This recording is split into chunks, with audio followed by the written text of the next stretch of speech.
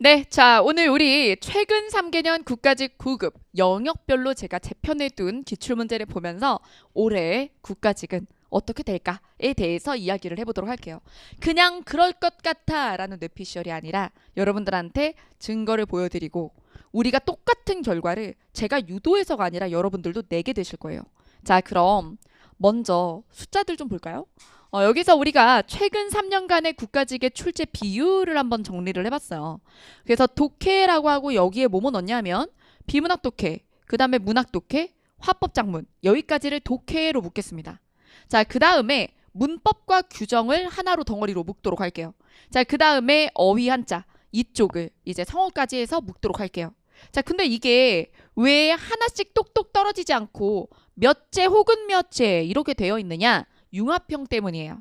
그래서 이제 최소로 보면 이제 앞에 숫자고 그리고 융합형까지 반영을 하면 최대로 계산하면 이렇다. 선생님들마다 기출이 발표될 때마다 영역 분류가 다른 경우들이 좀 있죠? 그게 선생님들이 쓴 기본서들의 편제에 따라서 어떤 분은 독해와 한자의 병합형이어도 한자로 분류를 하고 어떤 분은 이거는 문맥 추론해서 넣는 것이기 때문에 기본적으로 정답 도출 과정이 독해다 이렇게 나누기도 합니다. 그렇기 때문에 저는 이 두 가지를 다 반영하면 이러하다 라고 보여드리는 거예요. 자, 그럼 여기서 1순위, 2순위, 3순위 이건 사실 모두가 이견이 없을 겁니다. 그쵸? 자, 그러면 조금 더 섬세하게 볼게요. 자, 비문학 3개 3년을 보는 거예요. 9급만 뜯어서 봤어요. 60문제 중에 21입니다. 자, 그 다음 문학 60문제 중에 12개예요. 자, 그 다음에 화작 여기서 최근 3년 동안 국가직은 화법 위주로 냈다라는 걸 알 수 있어요. 작문보다는. 자, 그래서 화법 6개 10% 정도 되는 거죠. 자, 그 다음에 어문 규정과 이론 문법을 나눠서 생각을 해야 되거든요. 사실 공부하는 파트가 연계성이 있지만 다르긴 해요. 예, 그래서 어문 규정이 사실 올해 걸 넣었더니 이게 원래 순위가 이론 문법이 위고 어문 규정이 아래였거든요. 근데 한재 차이가 벌어지면서 이렇게 뒤집히더라고요. 그래서 어문 규정 5개, 그리고 이론 문법 4개, 그리고 한자, 성어, 어휘 이렇게 넣어서 이때 이제 좀 쟁점이 되는 게 한글 맞춤법의 첫 끝 조항에도 혼동어휘가 들어가 있어요. 그래서 어떤 선생님들은 어문 규정 쪽에 혼동 어휘를 두기도 해요. 근데 그 규정에서 저는 뭘 기준으로 했냐면 국립국어원에서 한글 맞춤법에서 예시로 제시한 혼동 어휘는 요쪽으로 넣어주고 그 다음에 그 안에 예시로 공개한 적이 없는 하지만 혼동되는 어휘인 건 맞는 거 실생활에서 그런 경우에는 국립국어원이 제시한 규정 예시는 아니니까 어휘 쪽으로 뺀 거죠. 이해되시죠? 근데 유형으로는 혼동 어휘인 건 마찬가지인 거지. 자, 그래서 한자, 성어, 어휘에서 7개. 그 다음에 융합형이 있는데 자, 융합형 5개는 어떻게 출제가 되느냐? 독해랑 성어를 묶은 거. 지문을 제공하고 그 지문에 맞는 정답을 성어로 도출하는 독해 성어 병합형이 2개. 그 다음에 화법 이론인데 그 이론을 배열 소재로 쓴 화법 배열 병합형이 1개. 자, 그 다음에 장문 문법 규정. 그게 사실은 얘를 감안하면 장문이 안 나온 게 아닌 게 고쳐쓰기거든요.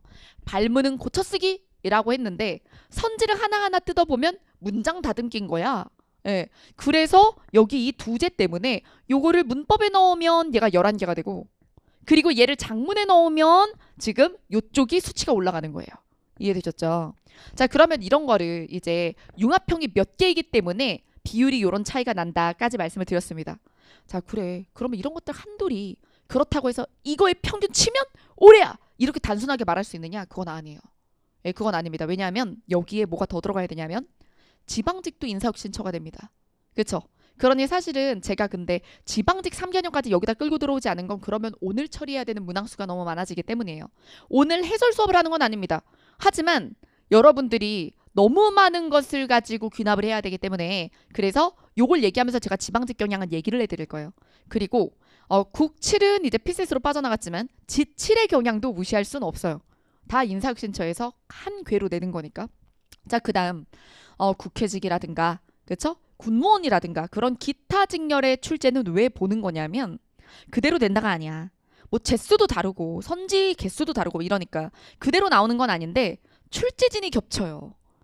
왜냐하면 국가에서 뭐 예를 들어 교수님들한테 출제 의뢰를 할 때 그런 교수님들이 국회직 출제 진과 막 국무원 출제 진과 그 다음에 뭐 일행직 출제 진을 나눠놓고 이렇게 하는 건 아니거든. 그죠? 그래서 그 예를 들어 뭐 고전 시가 쪽에서 저명하신 분이 있을 거고 뭐 있고 뭐 이렇잖아요. 예, 그렇기 때문에 그래서 같은 분이 이쪽에도 내고 저쪽에도 내는 케이스들이 있어서 기타 직렬도 보는 거죠. 근데 여러분들이 그거를 다 경향 파악을 직접 할 수는 없으니 그래서 강사가 하는데 이 과정을 못 믿으니까 같이 하는 거예요. 예. 자, 그러면 내용을 보도록 할게요. 제가 여기다가 타이틀을 좀 적어놨어요. 자, 비문학은 유형별 대응이 여전히 중요하고 정확도와 속도 부분이 해소가 돼야 된다. 자, 근데 이것을 정확도와 속도를 병행해서 해결하려고 하시는데 요거에 대해선 방법론을 좀 얘기하자면 여러분들이 독해에 대해서 제대로 배우지 않고 바로 모고로 들어갔을 때 어떤 일이 벌어지냐면 모고는 골고루 넣죠. 한 회 한 회. 한 회 안에 주제도 있고요. 전개 방식도 있고요. 내용 확인도 있고 추론도 있고 배열도 있고 그치.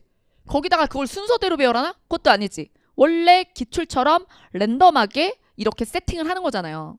그래서 기출의 경향을 반영한다 해도 유형별로 이번 주는 주제만, 이번 주는 배열만 이런 식으로 주지는 않는단 말이야. 근데 그런 식의 훈련 과정 없이 모고로 들어갔을 때 그럼 여러분들은 방법론이 없는 상태에서 마구 풀게 돼요. 그러면 유형별 행동 수칙이 없잖아요. 그럼 사실은 그 시간 내에 다 들어올 수가 없어요. 근데 하다 보면 되겠지라고 생각하는 경우들이 있어요. 그러면 이 부분에 대해서는 제가 아주 냉정하고 차갑게 말씀을 드릴게요. 그래서 이유진이 자꾸 수업할 때 수능 등급 언급하는 게 기분이 나쁘다 이런 분들이 있는데 기분이 나빠도 어쩔 수가 없어요. 왜냐하면 그건 지금까지 이 수험 생활에 진입하기 전에 가지고 있었던 나의 문해력에 대한 기본적으로 알아볼 수 있는 뭐랄까 드러난 유일한 수치이기 때문이죠. 예, 뭐 예를 들어 뭐 영어 선생님이 그래 너는 그냥 갓난아기라고 생각할게 이럴 수도 있지만 그러면은 모든 사람한테 일주일에 똑같이 공부하라고 할 거야?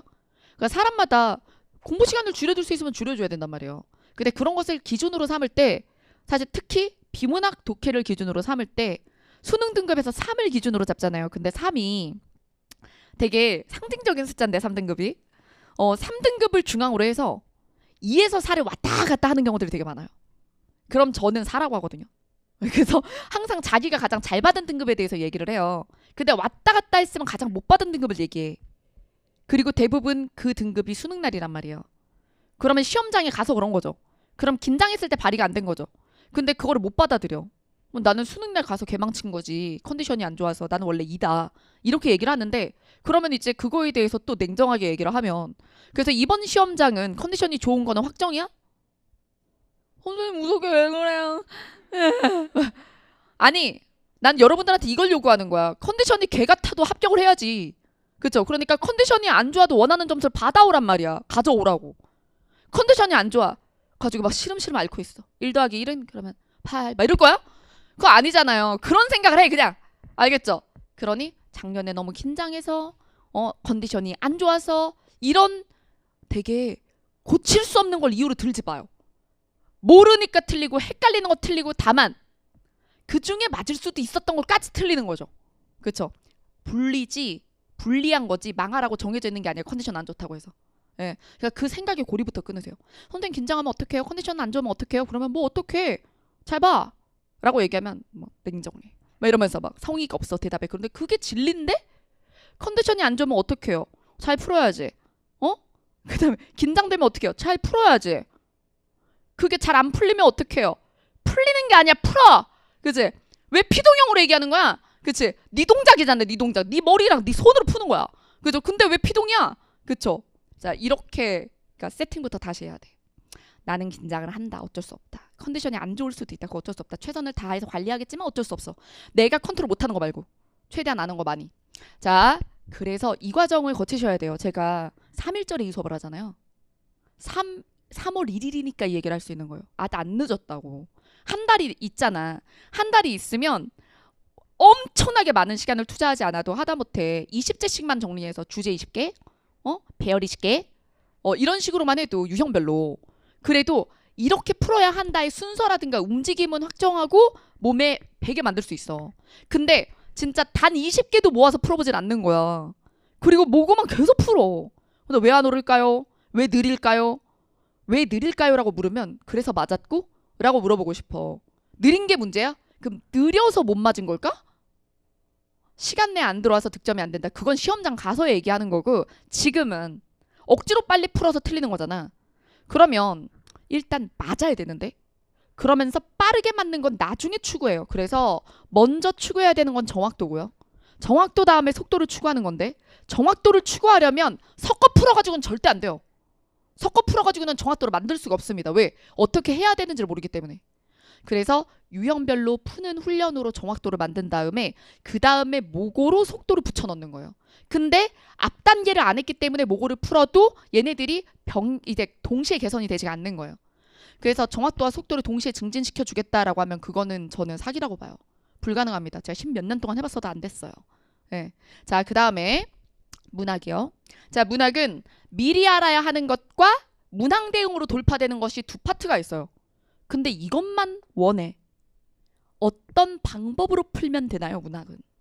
몰라서 틀리는 건 어쩔 거야. 그러면 외워야 하나요, 무조건? 이라고 하는데 무조건 외워야 하나요? 라고 물어보면 모든 강사가 이렇게 멈칫하게 되잖아요. 무조건 외워야 하나요? 그러면 모든 강사가 무조건 외워야 하나요? 라고 했을 때 닥치고 외워라고 할 수 있는 파트가 몇 개 있긴 해요. 그쵸? 당위 규정인 표준어 규정 무조건 외워. 그쵸? 그리고 뭐 한자 어떻게 무조건 외워. 근데 좀 뭐 요령껏 외우는 게 있을 뿐이야. 근데 방법으로 머리에 없는데 이게 뭔지 모르는데 그게 무슨 방법으로 어떻게 되겠어. 예, 근데 이제 이 파트가 문학에도 있다. 미리 알아야 하는 것. 첫째, 문학 선지 개념어. 예. 그래서 뭐 예를 들어 열거와 연쇄와 그 다음에 뭐 대구와 반복과 유사통사구조 이런 것도 구별 못한다. 선지에 나오는데 선지에서 저게 열거냐 뭐 대구냐 그냥 단순 반복이냐 유사한 통사구조의 반복이냐 점칭이냐 이런 거 물어보는데 못 알아먹음. 에? 그러면 어느 정도여야지 얘가 성립됨 안 됨에 대한 걸 모름. 그러면 이거는 시험지랑 의사소통을 못하는 거죠. 도구 용어를 모르면 못하는 거예요. 그래서 문학에서 형식에 대한 부분을 다 버리게 되는 거죠. 그러면 그래서 선지 개념어는 하셔야 되는데 수능을 본 지 얼마 안 됐으면 머릿속에 있어. 뭐 이게 날개짓 하는 애 효과 이런 거 있잖아. 그렇지? 그런 거 많이 보고 왔지. 그쵸? 근데 그런 거 안 봤을까 봐 내가 무료특강으로도 해놨잖아. 그쵸? 예, 자 그러면 이제 그런 개념어들이 미리 해야 되는 약속이고 그 다음에 약속이 뭐예요? 고전시가예요. 고전시가 같은 경우는 교과서의 빈출 작품 같은 경우 교과서 필수작은 현대어풀이로 안 주는 게 약속이란 말이야. 그래서 지금까지 나온 걸 보면 기출에서 그거 그대로 나왔잖아. 근데 막 선생님 막 아래야 이런 거 지금은 안 쓰는 단어 같은 거 어려워서 읽을 수가 없어요. 그러면 읽으세요. 자, 그쵸? 자, 그럼 뭐예요? 읽을 수가 없는데요. 고어를 최소한 반복적으로 나오는 고어를 숙지해야 읽죠. 괴다가 사랑하다인 것도 모르고 어여쁘다가 불쌍하다인 것도 모르면서 그런 건 외우기 싫어요. 어떻게 읽을 수 있을까요? 어떻게 그만하고 해야 될 걸 하란 말이 알려준 걸. 그쵸? 알려준 걸 하면 되는데 사실 수업에서 그걸 안 하고 안 한 채 뭔가 다른 방법 없나? 다른 방법 있으면 내가 그걸 알려주고 떼돈 벌었지. 그치? 나도 알고 싶다. 그치? 자, 그런 게 없단 말이에요. 미리 알아야 돼. 고전 시가에 대한 현대어풀이를 하려면 기본적인 고어를 알아야 함. 그 다음에 형식 개념어. 그래서 뭐 산문이에요. 본인이 시점 이론 제대로 정리가 안 됐어. 아니면 용어밖에 몰라. 그것에 대한 예시를 충분히 보지 않았어. 그래서 볼 때마다 오판을 해. 이런 경우들. 그러면 형식 문제 계속 틀리게 되는 거죠. 자, 그 다음이 문항 대응인데 이게 낯선 작품에 대해서는 문항 대응 능력이 중요하죠. 자, 그래서 이 필수작에 대해서는 미리 안 것에 대해서 측정을 당한다니까요. 근데 요거는 내신형이야. 그래서 근데 우측 낯선 문항을 가지고 나오는 게 이제 최근 늘어나고 있고 그래서 출제 비율로도 보면 이래요. 근데 이거는 알면 알고 모르면 모른다. 이건 거고 이거는 이제 본인이 뭔가 좀 근접할 수 있을 것 같은 거야. 문제를 많이 풀다 보면. 근데 약간 어때요? 담보가 돼안돼 얘는? 얘는 알면 맞는다니까? 얘는 알면 맞을 수밖에 없어. 언제나 필연적으로 맞아. 이게 어떤 점에서 비슷해요? 문법 규정 알면 맞잖아요. 근데 비문학 독해는 이렇게 얘기하나? 나는 추론을 알아. 난 추론 안 틀려. 이렇게 얘기할 수 있는 사람이 있을까? 그 아니거든. 지문에 따라 난도에 따라 반응이 다를 수가 있단 말이에요. 그게 우측 파트란 말이지. 이해되죠? 자, 그러면 고득점을 맞아야 되는 상황에서 90을 넘어야 되는 상황에서 얘 위주로 하고 얘는 안 하면 될까요? 이런 질문은 더 이상 하지 말자. 자, 특히나 이런 거. 비문학과 문학에 대해서. 선생님, 비문학 추론 문제 버려도 될까요? 그러면 자, 이미 지방직에선 2개 나왔죠. 그럼 90 밑에서부터 출발하는 거예요. 그럼 나머지 다 맞아야지. 그치? 이렇게 되는 거예요. 자, 선생님, 저는 85점이 목표입니다. 세팅해주세요. 버릴 것만 얘기를 해주세요. 뭐 이런 얘기 한단 말이야. 진짜 고문도 가지가지야, 진짜. 고문 도구 천만 가지, 진짜. 자, 그래서 여기까지 저의 고통, 시원해. 자, 그죠? 저의 고통을 좀 이야기해 보았어요. 그죠? 극한 직업인데 좋아하는 직업이에요. 뭐 할만해요. 자, 어쨌든 여기서 문항 대응 능력, 이걸 제가 또, 자, 요 부분에 선지 개념어는 이유 있는 문학 선지 개념어에서 했고, 얘가 좀 강의량이 있죠. 무료 특강 치고. 근데 어쩌겠어. 개념어 개수가 많은데. 자, 그 다음에 여기 요거는 제가 크리스마스에 낯선 문학 이제 알고리즘. 근데 그거를 딱 본다고 내가 그동안 안 쓰던 방법들이 있구나는 알았지만 그거를 활용해서 연습하지 않으면 못 쓰겠죠. 그래서 배운 대로 연습을 계속 해야 되는 거예요. 그렇기 때문에 배웠지만 혼자 풀면서 맞다 틀리다 이거 하는 것보다는 제가 100일 기도는 무료 특강 하잖아요. 아침에 라이브가 무료잖아. 그렇죠? 그게 내가 이 시를 읽을 때의 과정과 저 사람이 읽을 때의 과정이 일치하는가? 모델링 학습을 하라는 거야. 이해되셨죠? 자, 그 다음 화작. 화법은 이론이 있어요. 여러분 사실 비문학 독해도 되게 적지만 이론이 있어요. 예를 들어 정의와 확인과 뭐 예시와 뭐 사례의 차이, 분류와 뭐 분석의 차이 이런 거 있죠. 비교와 대조, 유추는 뭐가 달라 뭐 이런 것들 있죠. 그러니까 그 역시 글의 형식에 대한 개념어란 말이에요. 그 다음에 논증은 귀납은 뭐야, 연역은 뭐야, 변증은 뭐야 이런 거. 근데 그런 게 문제의 기준이 되잖아요. 그렇죠? 자, 그러면 비문학에선 그게 최소의 이론이라고 한다면 그 다음에 문제 풀이지. 자, 그렇다면 이제 우리 화법에서는 뭐가 있어요? 토의의 뭐 종류라든가 토의와 토론의 차이라든가 그렇죠? 그리고 사회자의 역할이라든가 그리고 또 대화의 경률이라든가 공감적 특기라든가 아직 안 나왔지만 협상의 원리라든가 이런 거. 그래서 그런 이론들을 아는 사람과 모르는 사람의 차이가 격차가 벌어지겠죠. 그죠? 그러면 처음에 등장시킬 때는 보기를 줘요. 비문학 사례추로처럼 냅니다. 그래서 대화의 경률도 처음 낼 땐 이론을 줬어요. 그 다음에 나중에 재차 낼 때는 이론 박스 빼버렸죠. 자, 그러면 뭐 예를 들어 성급한 일반화 이런 것도 보기를 주고 예시 고르라고 할까? 그냥 바로 명칭 자체로 할 수도 있겠지. 오류의 유형 같은 것도 그런 게 독해의 최소 이론이라는 거고 화법에서 이제 대화의 경률이랑 공손성의 원리 이런 것들은 많이 나와서 지문 박스를 안 주고 낼 수도 있다라고 알아둬야 되고 그러면 협상의 원리는 아직 인사혁 신청 안 냈어.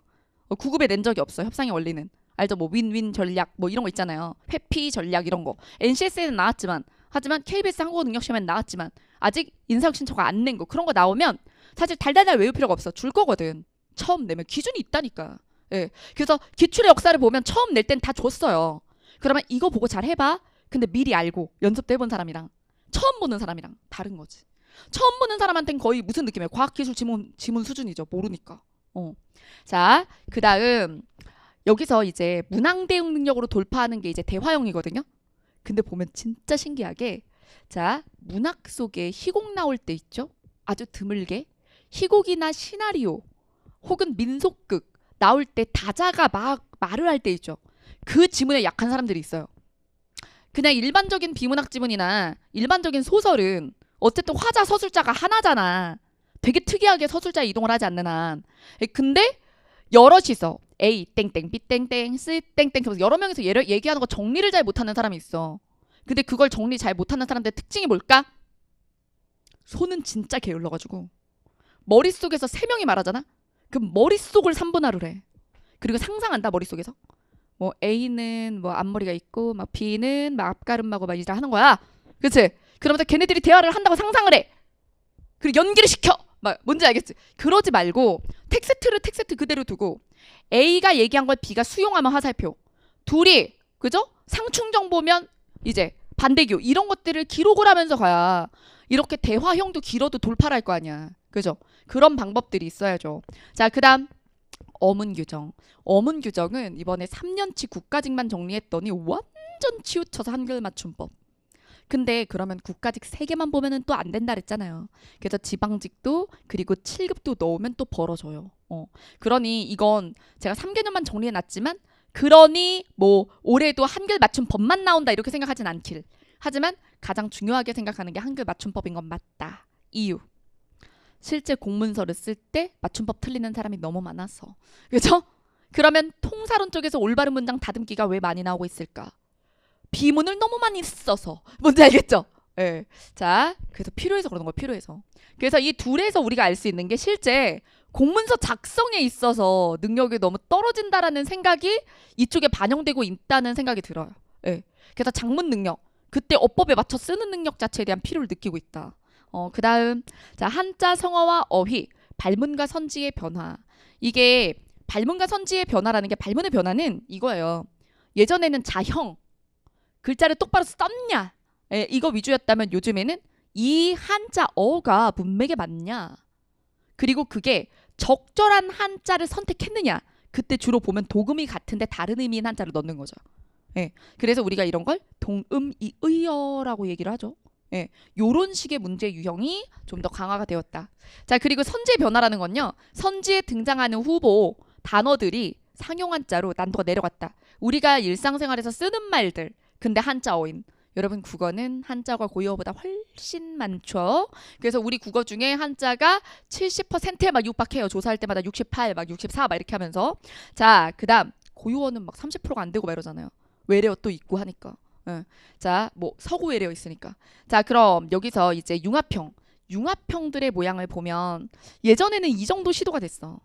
근데 이런 부분이 이제 볼만하고, 제가 맨 뒷페이지에 보면 국가직이 아니어도 반드시 봐야 되는 문제들이라고 해서 지방직 9급 문제 2개랑 국회직 9급과 8급 문제를 좀 넣었어요. 근데 제가 국칠이나 지칠을 가지고 오진 않았어요. 왜냐면 너무 여러분들한테 겁을 들이는 느낌이 있어서, 그래서 그럴 필요까진 없다. 예, 근데 이제 9급이나 그리고 국회직, 여러분 봐봐. 국회직 8급이야. 국회직 지망자가 그러니까 지원하는 사람이 뽑는 인원 대비 굉장히 뜨거운 곳이지만 어쨌든 8급이잖아. 근데 국회직 9급도 있고. 그러면 이게 인재들을 굉장히 수준 다른 사람들을 원할까? 그거 아니죠. 그러면 막 제가 모의고사에 독해 문제 어렵게 낸다고 뭐 국회직 모의고사 내고 있다 막 이런 소리 들었는데, 국회직에 내는 문제를 왜 여러분들한테 안 줄 거라고 생각을 해요? 전체적으로 10개를 다 그렇게 내진 않지만 한 개는 낼 수 있는 거잖아요. 그쵸? 그러니까 그런 식으로 되게 안일하게 생각하기 때문에 작년 지방직에서 2개씩 틀린 거 아닌가, 독해를? 그쵸? 그러니 항상 지나온 길만 보지 말고 요즘에 뭐라 그럴까, 기미를 보이고 있는 것들에 대해서 미리 대비를 해야, 여러분, 올해 국가직은 미래예요. 과거의 평균값이 아니라고, 이 생각을 했으면 좋겠습니다. 오늘의 수업 자체의 취지가 그거예요. 그래서 해설 수업이 아닙니다. 예, 그래서 제가 이 문제는 이렇게 생겼다를 얘기할 거지 푼다가 아닙니다. 그래서 안 풀고 들으셔도 상관없어요. 이거 자체가 수업이에요 지금. 자, 그러면 자, 2019년부터 2022년에 아주 직관적인 차이예요. 2019, 2020 하면서 어떻게 독해가 더 늘고, 자, 그리고 이 독해가 늘어난 비중이요, 순수하게 비문학으로 밀어 올렸다는 거죠. 그러니까 문학을 밀어 올리진 않았어요. 예, 그래서 비문학 개수를 늘려서 비문학을 10 이렇게 만들고, 그 다음에 거기에 문학 붙으니까 14, 15이 된 거죠. 예. 자, 그 다음에 여기서 한 번 더 갔어. 이때가 맥스거든요. 오히려 2022에 한 제 빠졌어요. 예. 자, 그러면서 이거나 이거야. 이제 자, 이 얘기는 이제 독해와 문학을 합쳐서 15개에서, 그죠? 14, 15. 요게 지금 지방직도 그렇고 지칠도 그렇고 그렇게 가고 있거든요. 그럼 16이나 17이나 이렇게 나올 수도 있느냐. 자, 여기에 대해서 제가 얘기해 드릴게요. 비문학과 화법작문과 문학을 합쳐서 그게 17, 18 이렇게 하고, 문법 규정 어휘 한자를 하나 둘 막 이렇게 낼 수도 있냐. 자, 그러면 그렇게 해버릴 거면 아예 빼버리지 않겠어요? 그쵸? 그럼 명목상이라도 넣기 위해서 한두 개 넣고 그 비문학과 문학을 막 18, 17 이렇게까지 올릴 수 없냐. 자, 현실적인 얘기를 할게. 시험지 페이지를 늘릴 수 있을까? 아, 이런 것들을 우리 연구실에서는 선생님 너무 확정적으로 얘기하지 말자 이렇게 얘기를 했지만, 자, 그러면 국어 페이지가 홀수 페이지가 되면 중철이 안 되죠. 자, 그쵸? 자, 아, 이런 얘기를 하니까 너무 웃긴데. 아, 지금 다 웃겼지? 아니, 근데 그냥 기초적인 얘기잖아. 그쵸? 되게 큰 문제가 되거든요. 그러면 어떤 과목에선가 줄이거나 늘려야 되잖아요. 그럼 다 같이 다 늘려? 100분인데? 그럼 한 장을 늘려, 텍스트를? 아, 아니면 이렇게 띄엄 나가지거든요. 사실 그렇게 한 페이지 늘어나면 중철로는 4페이지 늘어날 건데. 예, 그러면 사실 4페이지 안에다 넣는다고 생각을 해보면 제가 백일기도 모의고사를 낼 때 글자, 자간, 장평, 그리고 뭐 여백 이런 것들을 계산하잖아요. 그래서 제가 딱 어떻게 세팅을 하냐면 실제 기출보다 글자 폰트나 이런 거 다 똑같아. 실제 기출보다 제가 15% 정도 증량해 놓거든요. 네, 맞아요. 좀 많아. 근데 그래야 시험장 가서 안 쫄 거 아니야. 시험장 가면 쓱 이렇게 돼야 될 거 아니야. 응? 맨날 백일기도 하다 보니까 쓱 어? 왜 때문에 이렇게 빨리 끝났지? 15%늘 더했으니까. 그러니까 긴장할지도 모르고 그리고 컨디션이 안 좋을지도 모르니까 우리가 15% 정도만 글자를 많이 보고 있으면 그러면 거기 가가지고 모래주머니 뗄 거니까 굉장히 몸이 가뿐하겠지. 그지? 내가 목적하는 건 그거야. 근데 그렇게 15%더 넣으려면 어떻게 되는지 아세요? 그냥 막 문제를 낼 수가 없어. 진짜 조사랑 어미 하나라도 더 바꿔가지고 조금이라도 더 줄여 넣어야 된단 말이야. 그래서 문장을 만지고 막 이런단 말이에요. 예. 그래야 독해를 이제 비문학 독해를 10개 그리고 문학을 4개 5개 넣을 수가 있어요. 예. 근데 여기서 독해를 더 늘린다? 그러면 지문 박스가 늘어난다는 얘기죠. 아니면 있는 지문을 더 줄이거나 자 그러면 지금보다 있는 지문을 더 줄이면 4개 선지, 사지, 선다 형성이 안 돼요. 중복 진술이 나오죠. 기본적으로 자 내용일치를 만든다고 해봐 사지 선다지. 그럼 문장 4개로 낼 거야? 여기 있지 여기 있지 여기 있지 여기 있지 눈이 있어 없어 눈이 있어 없어 이럴 거야? 그건 아니잖아요. 그러니 아주 쉬운 문제를 낸다고 해도 최소 지문량이라는 게 있죠. 되게 아주 라이트하게 잡아도 그냥 단순 이론도 아니니까 어문 규정이나 이론 문법처럼 짧게 잡을 수가 없단 말이에요. 지문 박스를. 그러면 지문 박스를 그러면 18개 놓을 수가 있냐? 네, 해봤지 안 들어가. 4페이지 안에 못 넣는다고. 그러니 사실 문항 비율은 드라마틱하게 변하기 어려워요. 맥스 예지. 네. 그래서 이제 비문학과 문학을 합쳐서 15개. 뭐 융합형을 시도하면 자 여기서 변수 세트. 예. 자 세트를 지금까지 시도하지 않았지만 법원직이나 국회직이나 군무원에서 시도하고 있는 것 같은 세트를 넣는다. 그러면 좀 더 늘릴 수가 있어요. 그 대신 이제 세트를 만들면 이제 세트를 만드는 만큼 이제 어떤 변수가 생겨요. 저는 근데 독해 강화에 있는 세트를 또 넣거든요. 변수에 다 대비는 해야죠. 세트를 넣고 여러분들하고 기출 외전할 때 세트 문제 풀 때 어떻게 풀어야 되는지도 알려드렸어요. 외전을 많이 안 들으시긴 하는데 예? 그래서 세트 때문에 불안하면 사실은 기출 외전에서 국회직이나 아니면 군무원이나 이런 것들의 세트 문제 푸는 법 같은 것들 제 해설을 발췌 수강하셔도 될 것 같아요. 자 그리고 제가 시즌2에도 세트 문제 몇 개 넣었잖아요. 그리고 장문도 넣고 그러면 세트를 넣으면 장문을 못 넣겠지? 그럼 장문과 세트 중에 선택을 해야 될 거야. 그러면 장문을 넣으면 독해 문제가 15개 이상 들어갈 수는 없어. 예. 장문을 하나 넣으면 방법이 없어. 예. 그런데 세트를 넣으면 그러면 넣을 수 있죠. 근데 그럼 세트를 넣었을 때 하나의 지문에 목적이 같은 걸 2개 낼 수는 없잖아요. 자 주제를 2개 낼 거야 한 지문에? 아니면 내용일치 내고 내용일치 낼 거야? 그치 그렇게 안 할 거 아니에요. 그럼 결국에 하나는 뭐가 돼요? 빈칸 추론에 한자나 성어나 이런 게 들어가거나 하나는 전개 방식이고 하나는 내용일치거나 뭐 이렇게 되겠죠. 근데 그러면 전개 방식도 내고 내용일치도 내려고 하면 지문 길이가 짧으면 2개가 나올 수 있을까 없을까?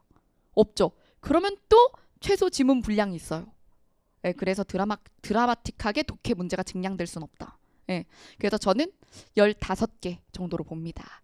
자 그러면 뭐가 여러분들이 지금까지 준비해온 거랑 크게 달라져요? 15개 정도는 예감 안 했어요?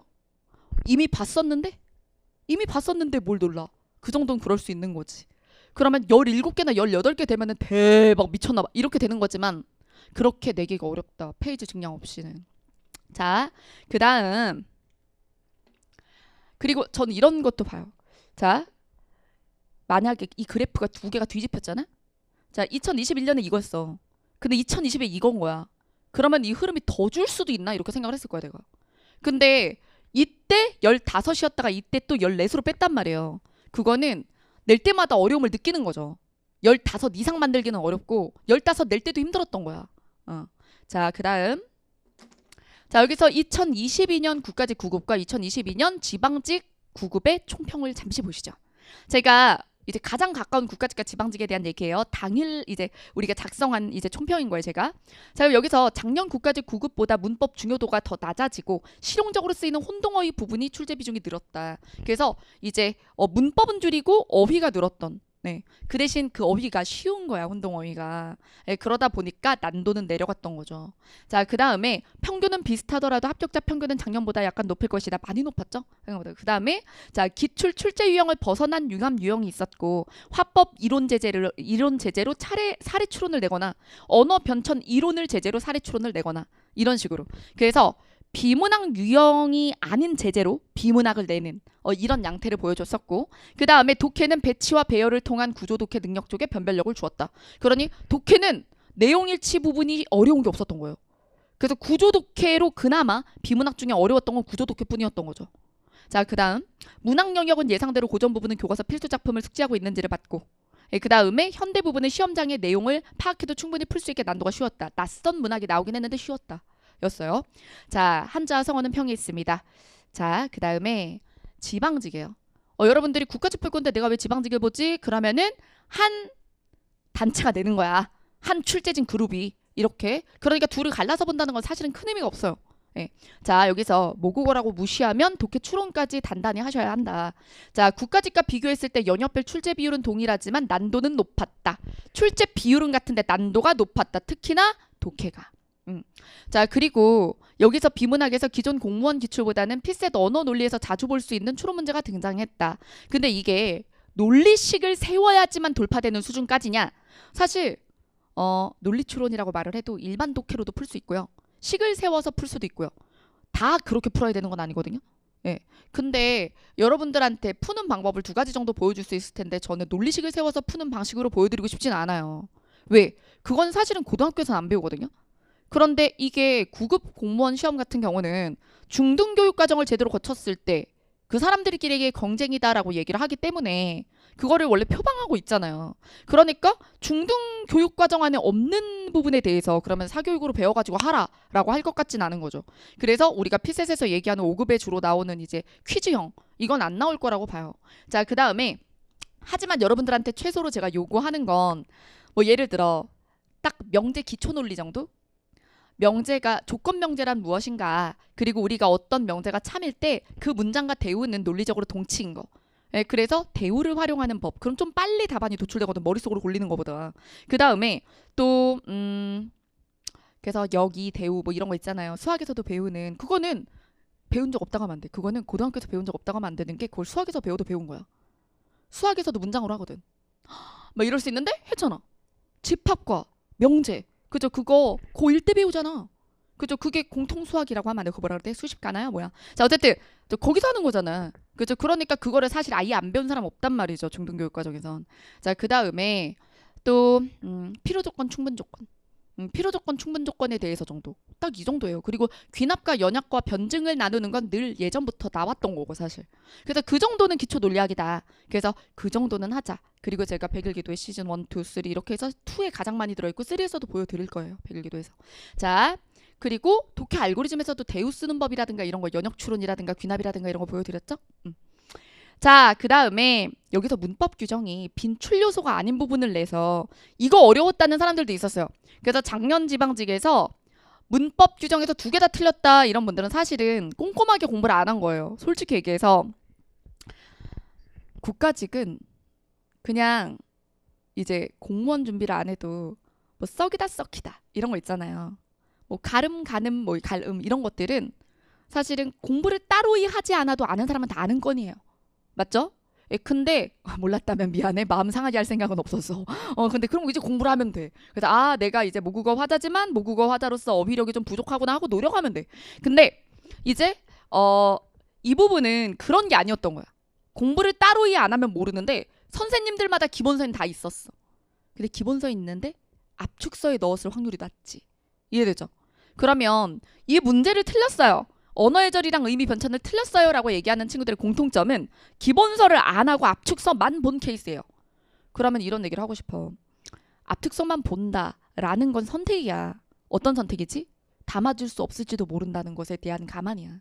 남들보다 공부를 덜 하는 대신 남들보다 덜 보는 대신 내가 신묘한 방법이 있어서 시간을 덜 투자하고 효율을 내는 거야? 그게 아니지. 위험도를 선택한 거야. 시간 대비. 시간을 얻고 위험도를 선택한 거야. 근데 그거는 되게 단순한 논리인데 이렇게 오늘 호불호가 되게 갈리는 강의가 될 것 같은데 조금 노력하고 담아두려고 하는 거는 도둑심보라고 하는 거예요. 이런 변수가 있을 수 있어.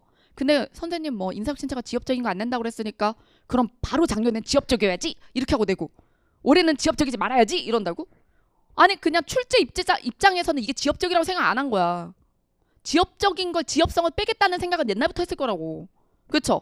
그러니까 사실 이게 지엽적이라고 생각을 안 하는 건 왜? 출제자들 기본서 가지고 있잖아. 선생님들 기본서 가지고 들어가지. 다 있거든. 근데 그들이 성의가 있어가지고 기본서에는 있지만 압축서에는 없군. 이렇게 하면서 배려해줄 것 같아? 압축서 보는 사람들을? 압축서 보는 사람들을 배려해준다고? 그럴까? 그러니까 생각을 해보라고요. 출제자 입장에서. 그죠? 자, 그래서 이런 얘기 많이 하더라. 유유진이 젊어서 컴팩트 같은데 투머치다 이런 얘기를 하는데 나는 투머치하게 한 적이 없어. 늘 선택하게 하지. 진입문 짧잖아. 마무리 출제 코드 99 10강일 거야. 예, 10강, 20강, 그리고 28강 이렇게 주고 선택하라고 했지. 그죠? 내가 왜 투머치야? 그쵸? 그렇게 세 버전으로 주는 사람들이 많아? 자, 그래서 아이 시원해. 자, 그래서 근데 이 얘기는 받아들여야 된다는 거죠. 그러면 무조건 많이 봐라 아니요. 자, 이제 좀 마음을 편안하게 해드릴게요. 다 자기 사정이 있는 겁니다. 저는 기본서를 안 보는 사람을 비난하는 게 아니에요. 그게 아니라 늦게 출발했어. 그럼 나도 내가 압축을 권할 때도 있어. 자, 근데 단 이런 거죠. 늦게 출발했어. 12월에 출발했대. 근데 올해 시험을 보고 싶어. 그러면 어떻게든 최선을 다해서 노력을 하고 싶어요. 그렇다고 하루를 48시간 만들 거야? 그거 못할 거 아니에요. 그렇기 때문에 어떻게 하게 되는 거예요. 결국에 그러면 확률에 기댈 수밖에 없죠. 근데 완전 방어는 안 되겠지. 근데 확률에 기댈 때 나는 정확히 얘기하는 거야. 이것만 봐도 돼가 아니라 이것만 보면 위험할 수 있지만 일단 이걸 먼저 해지. 근데 그런 식으로 말하는 걸 싫어하는 거예요. 여러분들이. 확실히 말해줘. 이것만 보면 된다고 해줘. 뭐뭐만 하면 되나요? 응! 이걸 바라는 거야. 근데 내 입에서 날 주리를 틀어봐라. 그 말이 나오나. 그리고 그 말을 쉽게 해주면 사실은 좀 무책임하다고 생각해요. 네. 그래서 항상 내가 압축으로 출발을 했지만 그래도 나에게 조금이라도 여력이 되고 나에게 조금이라도 시간이 더 주어진다면 그래도 기본서를 한 번 더 봐야지라는 마음을 찝찝하지만 한켠에 두게. 그게 사실 강사 해야 되는 일이라고 생각을 합니다. 그래야 이렇게 나올 수도 있잖아요. 내 시험은 한 번인데 내 시험이 평균적으로 나올 거라고 생각을 하지 말아야지. 그렇죠? 자, 그다음. 근데 선생님 너무 불안해요. 이런 건데 내 머릿속에 없는 게 혹은 아니면 잊혀진 게 나오면 어쩝니까? 그래서 사실은 이런 지엽성에 대해서도 가장 안전한 방안은 뭔지 아세요? 이런 지엽성에 대해서도 가장 안전한 대처는 독해를 잘하는 거예요. 출제 비율이 가장 높은 쪽을 잘하는 겁니다. 예. 그래서 막 3개 이렇게 나오는데 진짜 짜증나게 이렇게 내는 거 나라고 이렇게 내는 거 찬성하는 게 아니야. 찬성하는 게 아니라 안 그랬으면 좋겠어. 안 그랬으면 좋겠는데 근데 이렇게 내고 말고 하는 건 내가 아니잖아. 예, 그러니까 여러분들은 가장 점수 받친 부분에 대해서 단단하게 준비를 해야 되는 거죠. 자, 그다음. 그래서 우리는 뭐를 가져가야 돼? 일단 얘가 1순위야. 비문학과 문학. 그죠? 화법작문까지. 비문학, 문학, 화법작문. 여기까지가 1순위예요. 공부할 때도. 그 다음에 어문규정 이론 문법 이 부분을 기본서로 마무리를 할 거냐 요약서로 마무리를 할 거냐. 근데 단순히 마무리면 요약서도 괜찮은데 기본서를 본 적 없다 일 때는 자신이 위험함은 알고는 있어야 된다. 예. 그럼 위험하면 독해 더 쏟든지. 그러면 독해 더 쏟는 게 혼자서 막 푸는 거야? 수능에서 3등급이 안 됐는데? 그러면 갑자기 막 풀면 그때 막 풀지 않아가지고 3등급을 맞은 거 3등급 이하를 맞은 거고 갑자기 막 풀면 수능 2등급 1등급이 되나? 그래서 참 안타까운 게 수능에서는 혼자서 많이 양을 쳐도 2나 1이 되게 어려움을 인정하면서 공시 독해는 수능보다 쉬우니까 혼자서 하다가도 그러니까 다 맞을 수 있을 거야라고 생각한다는 건데 실제로 역으로 제가 실험을 해본 게 유튜브에 동영상도 있어요. 고등학생들한테 고3들한테 국가직 9급 시험을 풀렸거든 내가. 근데 그랬을 때 1등급도 다 맞지 못해 독해를. 시간 제한도 두고. 예.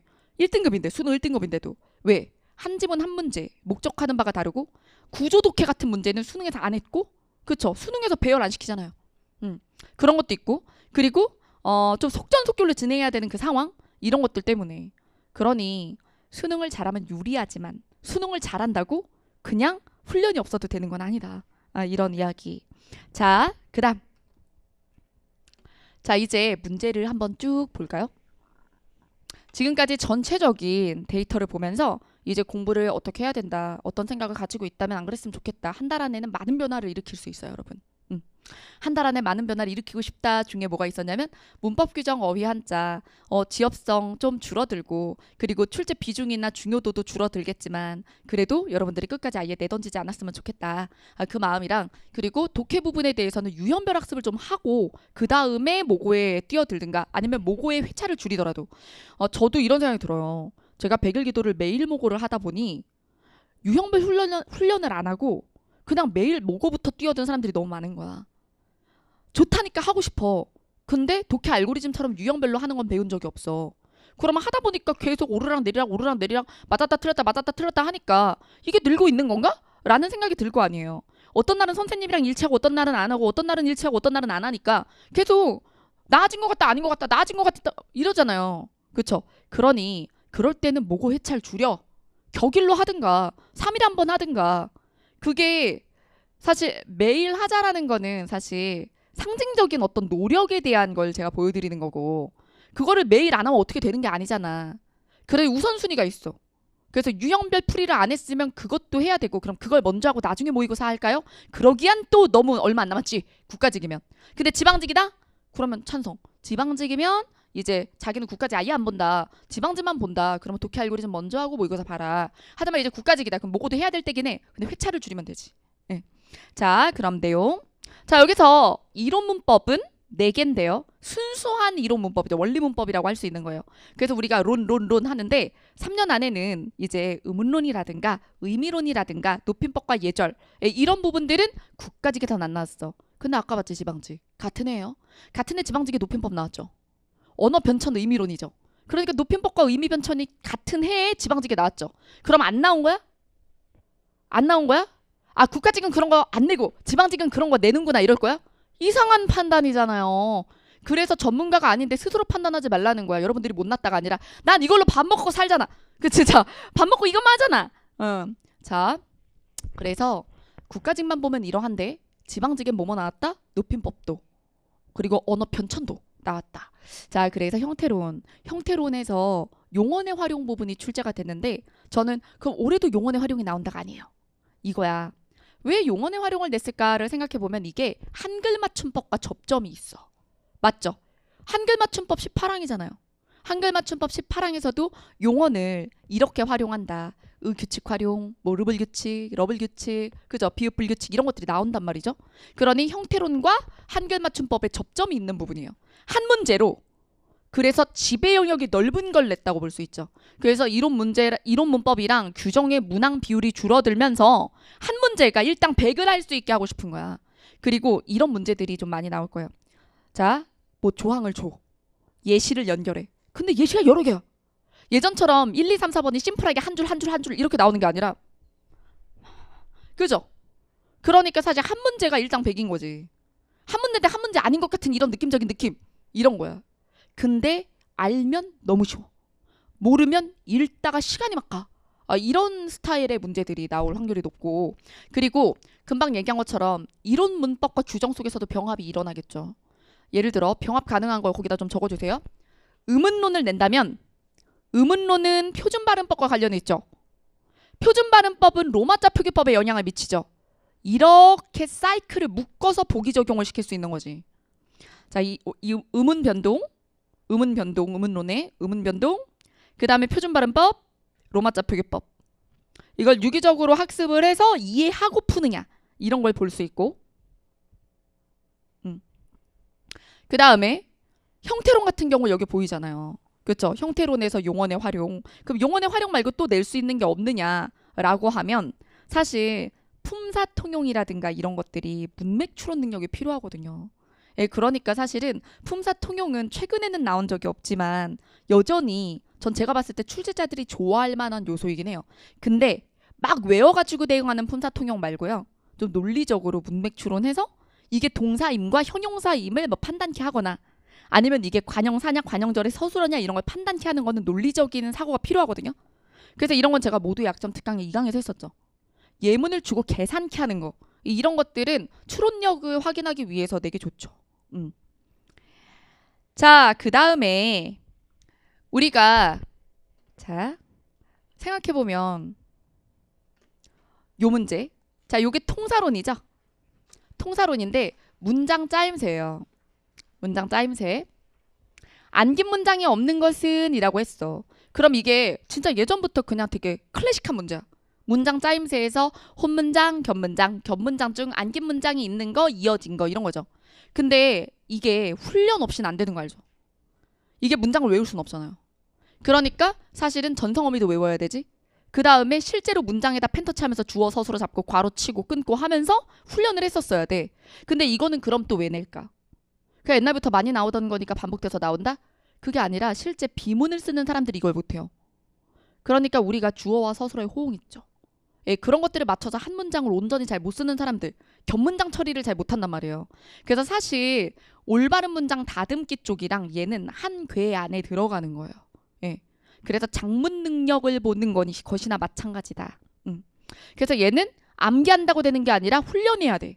그래서 제가 문법 알고리즘에서도 통사론에서 이 부분에 대해서는 기출예문 다 놓고 문장 분석 훈련지 주고 직접 괄호치고 끊으라고 했던 거 알지? 예, 그런 걸 하는 거죠. 자, 그 다음. 자, 여러분 이거 해설 강의 아니에요. 해설 강의 유튜브에 이미 다 회차별로 다 있어요. 그죠? 자, 여기서 요거 문장 성분의 호응이 자연스러운 것은 같은 거야. 자, 이거를 할 수 없으면서 그러면 끝 서술어. 아는 문장의 서술어의 주어가 누군지 모르고 판단 못하면서 이 문제를 풀 수가 없거든요. 그래서 문장 성분을 잘 잡을 수 있어야 되고 그 다음에 문장 성분과 이 이해를 바탕으로 문장의 짜임새를 판단할 수 있어야 그래야 호응을 맞출 수 있어요. 예. 자, 그 다음. 그래서 이건 훈련해야 돼. 다른 방법이 없어. 이거 약점인 사람들 이 문제 풀어가지고 이거 기출인데 다 본 적이 있을 거 아니야, 이 시점엔. 근데 이 문제를 풀어가지고 또 틀린다. 봤던 문제임에도 그럼 훈련 더 해야 되는 거야. 주어 잡고 서술어 잡고 끊고 막 이런 것들 있죠. 앉고 막 이런 것들. 그거는 손을 대가면서 펜터치해서 훈련하는 수밖에 없고. 그리고 이거는 한 회차에 2개도 냈어. 그래서 보면은 하나는 짜임새로 내고 하나는 고쳐쓰기로 내고 이런 식이란 말이야. 그러니 그만큼 중요하게 여기는 거죠. 그러니 장문이 안 나오는 게 아니야. 얘는 장문이나 다름이 없거든. 공문서를 쓸 때 필요하단 말이지, 능력이. 자, 그 다음에 자, 넘어갑니다. 어문 규정 가보죠. 자, 어문 규정은 5문제 냈는데 어디에 몰려 나왔어? 그쵸? 예, 여기 한글 맞춤법에 몰려 나왔지. 그러면 이제 앞으로 안 낸다? 아니라니까. 그쵸? 그래서 아까 전에 제가 의문론이랑 표준발음법이랑 로마자 표기법 엮었죠. 그렇게 공부를 할 때 묶어서 공부를 해주는 게 좋고 발음에 따라 그러니까 음운 변동에 따라서 표준 발음하고 표준 발음에 따라 로마자 표기하고 그런 건 일종의 이제 계산과 연산이니까. 자, 그 다음에 한글 맞춤법에서 뭘 냈나 보세요. 사이숏을 3년 안에 2번 냈어. 그쵸? 그러면 아유 선생님 이렇게 2번이나 연달아 나왔는데 올해는 안 나오겠죠. 그럴 수도 있어요. 근데 그러면 전년도에 냈는데 왜 또 냈다? 라는 생각을 할 때 사이시옷을 우리 언중이 많이 틀려서일까? 여러분 실제로 사이시옷의 예시 단어들을 보면 그렇게 우리가 뭐 자주 쓰는 말들이 많지 않아요. 예. 자, 근데 뭐 이렇게 왜 이렇게 중요하게 생각을 한 걸까? 여러분 사이시옷 관련 조항이 표준 발음법에도 있어요. 자, 여기다 써보세요. 사이시옷은 표준 발음법 30항과 한글 맞춤법 30항 유기적 관계가 있습니다. 자, 아까 얘기했죠. 한 문제가 넓은 범주를 가지게 하고 싶어 한다. 그래서 그런 것들을 계속 적용을 할 거란 말이지.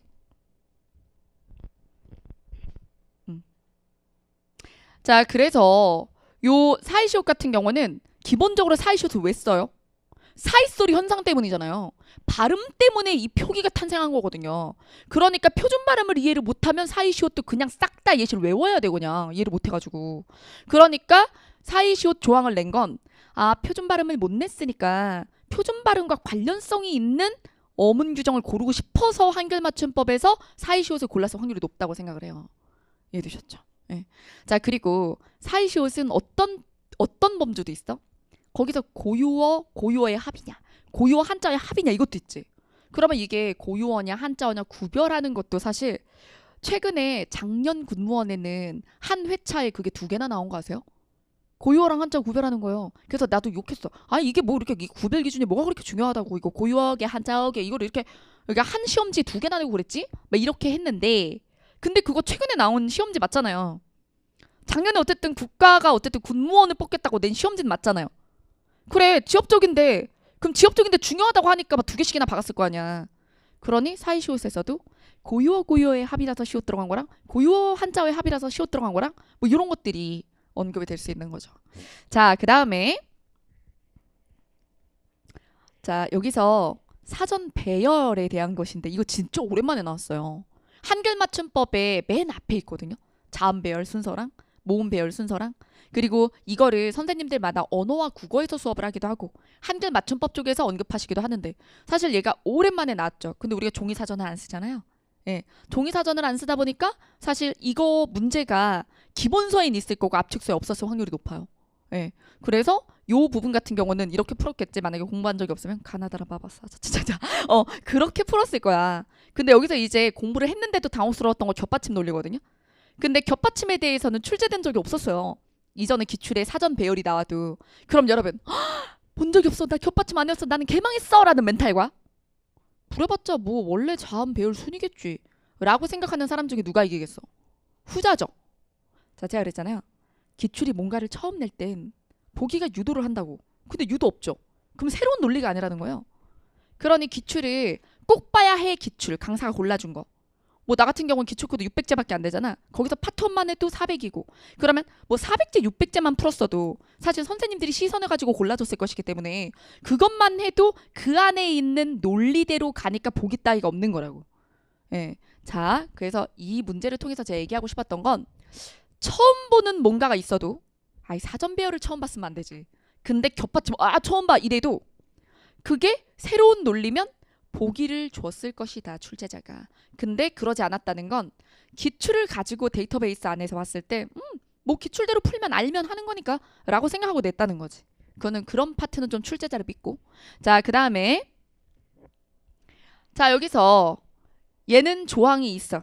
그러면 조항과 예시의 연결이죠. 그리고 자 이 문제 같은 경우는 지금 답은 사이시옷이 아니에요. 사이시옷을 부분적으로 썼죠. 그렇죠. 근데 이거를 이 안에서 선생님 3년 안에 얘는 뭐 2021이고 얘는 뭐 2020이고 그러면 이쪽으로 가는 거 아니야? 여러분 3년 안에서는 그런 거 따지는 거 아니야. 3년 안에서는 예를 들어 문법에서 2019, 2020, 2021 그것의 흐름의 의도를 가지고 A 문제를 A 다시 A 다시 다시로 바꾸진 않아. 그러니까 얘네들은 그냥 동시간대에 나왔다고 생각하고 보는 게 나아요. 이해되죠? 자 그랬을 때 이렇게도 낼 수 있고 이렇게도 낼 수 있는데 목적은 다 미래를 보여준다고 생각을 해요. 자, 얘 보면 조항은 외우지 않아도 되는데 줄게. 대신 사례 대응은 할 수 있겠어? 이거예요. 그래서 요즘에 문법이 비문학 사례 추론형처럼 많이 나온다니까? 근데 이거야. 이 차이가 생겨. 그럼 선생님 어차피 다 주니까 조항을 미리 공부 안 해도 되겠네요가 아닌 게 미리 조항에 대해서 아는 사람은 조항을 잘 읽죠. 그쵸? 이게 사실 여러분 행정법 조항도 우리말로 써 있어요. 그 시험장 가서 읽죠 그래요. 근데 우리가 왜 미리 읽고 걔를 한번 풀이를 해봐 좀 더 쉬운 말로 이해를 해야 빨리 보기에 그 조항이 나왔을 때 예시 연결이 되기 때문이잖아. 그러니까 법 과목 공부한다고 생각하면 되는 거야 이런 건. 똑같다고요. 문법, 어문규정, 진짜 그러니까 근데 참 이게 법 과목엔 그렇게 시간들 들이는 거 안 억울해 하면서 막 국어 어문규정 하는 거는 빡쳐가지고 막 국어 딸가 막 이렇게 하면서 막 그러는 거야. 나도 5점이야 한 문제. 뭔지 알겠죠? 국어도 5점이다. 그치? 문은 배점 똑같다. 그치? 자 어쨌든 그래서 근데 이제 국어 넣으면 5점 좀 쉽게 줘야 되는 거 아니냐? 뭐 이런 건데 국어 입장에서 굉장히 서운합니다. 자 그래서 얘를 읽고 이해한 적이 있어야 대응도 빠르다. 그리고 심지어 이 부분에 대해서 예전에 기출에 나왔던 혹은 국립국어원이 제시한 예시를 미리 알고 있다면 더 대응이 쉽지. 자 그 다음에 요 문제 유형은 사실 얘는 사이시옷이고 그 다음에 요 부분에도 사이시옷이 껴있죠. 자 그 다음에 요거는 여러분 낚싯꾼이 안 되는 건 왜죠?